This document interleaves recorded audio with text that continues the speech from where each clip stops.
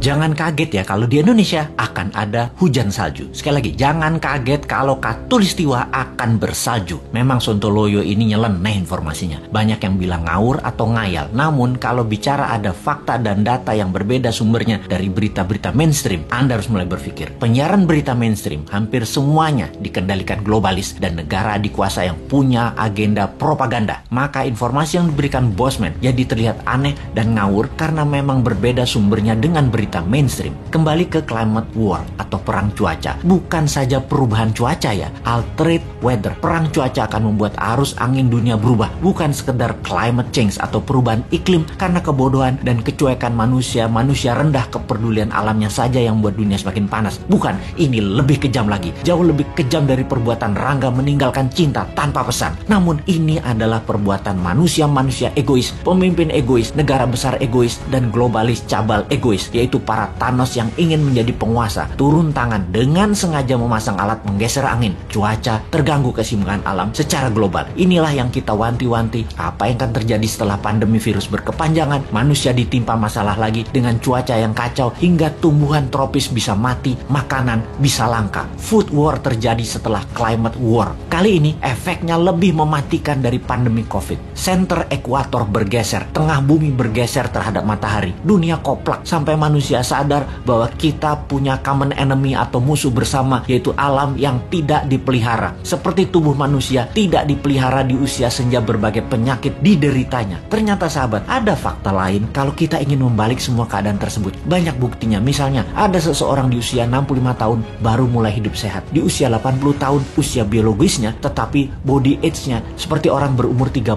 tahunan karena dirawat dengan baik walaupun mulainya dari umur 65. Dia makan sehat, olahraga, dan lain sejenisnya. Sekali, padahal selama 65 tahun hidupnya berantakan, namun ketika diputuskan berubah 180 derajat, balik arah, semua bisa jadi muda lagi, sehat lagi. Dunia pun sama. Selama ini dunia tidak dirawat oleh manusia, maka penyakit bumi itu banyak. Hal inilah yang membuat bumi menua dengan cepat dan menjadi renta. Tapi bukan tidak bisa disembuhkan. Bisa, selama kita semua sepakat berjuang memperbaiki. Indonesia di tahun 2045 adalah pemimpin yang akan memimpin perbaikan alam dunia ini semua. Untuk itu, New Mind selama 24 tahun ke depan hingga tahun 2045 akan pegang kendali utuh, menyelesaikan masalah dalam negeri dan luar negeri, menyetop kegilaan Amerika dan Tiongkok, serta menyetop globalis cabal. Ini bukan impian kosong. Ini mungkin impian segelintir orang awalnya. Namun ketika 1 juta orang percaya, akan jadi collective belief. Ketika 10 juta orang pertama, kekuatan keyakinan makin besar. Dan ketika 100 juta orang percaya, maka Indonesia akan bergetar.